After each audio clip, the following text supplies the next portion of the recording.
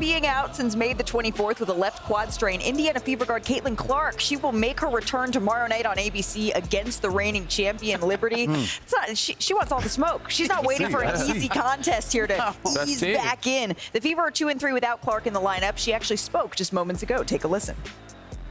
Just have tried to control my mindset the whole time that I've been out and learn from the bench. I think it can teach you a lot of different things, and yeah, it was certainly a learning opportunity, and I think it's going to benefit me, a lot throughout my career, just falling back and understanding, certain moments like this. But I'm super, super excited. I'm antsy to get out there. It's sometimes hard to tell exactly, how many layers of your quad were, tore up a little bit, so you just kind of go with the flow and see how it feels. But obviously this is a really big game for us, coming off of a loss and still in the standings for Commissioner Cup if we can find a way to win tomorrow.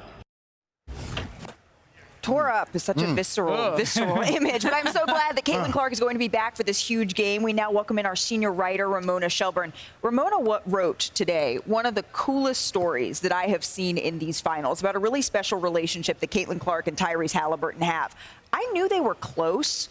I did not know they were this close, y'all. Can you just paint a picture for us? It's awesome. Listen, I'll tell you how this story came about. I was in New York when Tyrese hit the shot against the Knicks with the choke sign. The bounce. And then the next night they win again. And I'm thinking, oh, we're going to have to get some Pacers stories together. I know they're close. Let me ask him if he'll talk to me about Caitlin.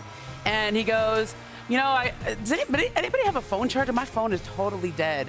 I left the charger back in India, and I go, I'll loan you my charger if you want, right? I have one in my bag. He plugs it in, and then he starts getting on his phone again, right? Texts start blowing up. The next day, I see Caitlin Clark say, yeah, I was watching the game, and I took a video of myself hitting that shot when he hit that shot. And I'll never send that video out publicly, but I did send it to a few people. Did Tyrese see it?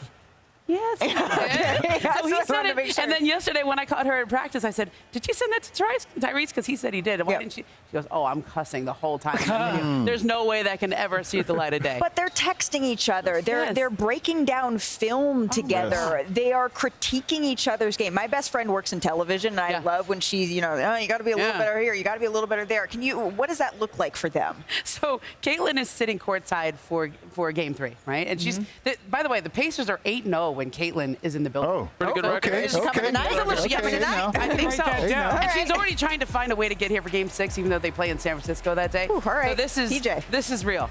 And Caitlin's yelling at Tyrese Haliburton, shoot, shoot, shoot. What does Caitlin do really well? She's super aggressive. She'll shoot it all the time, right? Yes. But what does Tyrese do really well that she's not? More of a passer.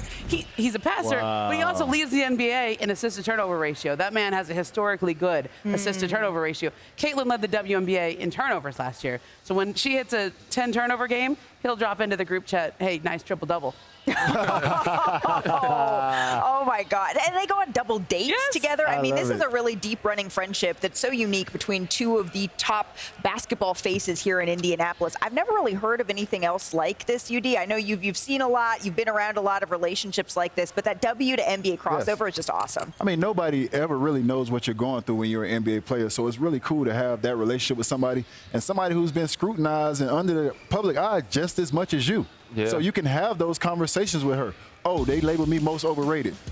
Let me call Caitlin. Yeah. She knows how that feels just to have a bad game and be labeled overrated. So I believe this relationship is healthy for both sides. And it just so happens that they're both in Indiana. So cool. They're both on the rise right now. So I love it for both of them. I love it for Caitlin. I love it for him as well. They definitely can learn so much from each other.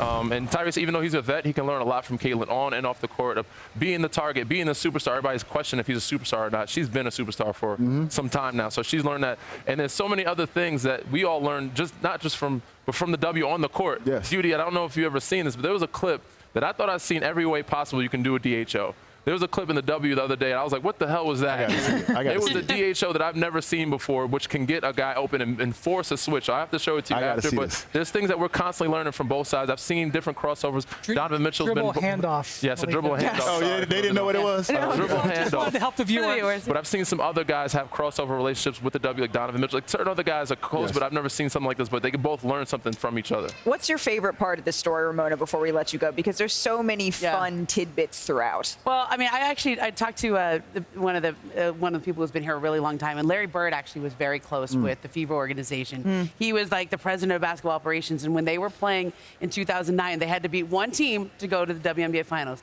the Detroit Shock.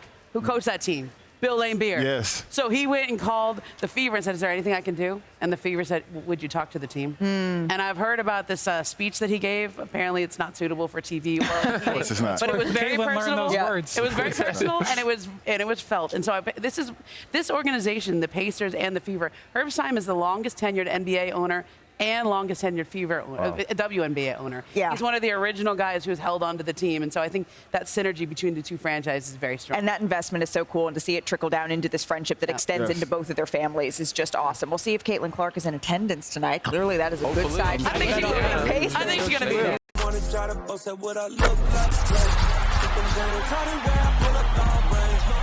Jimmy with the heat, I'm on fire. It's 88 over here,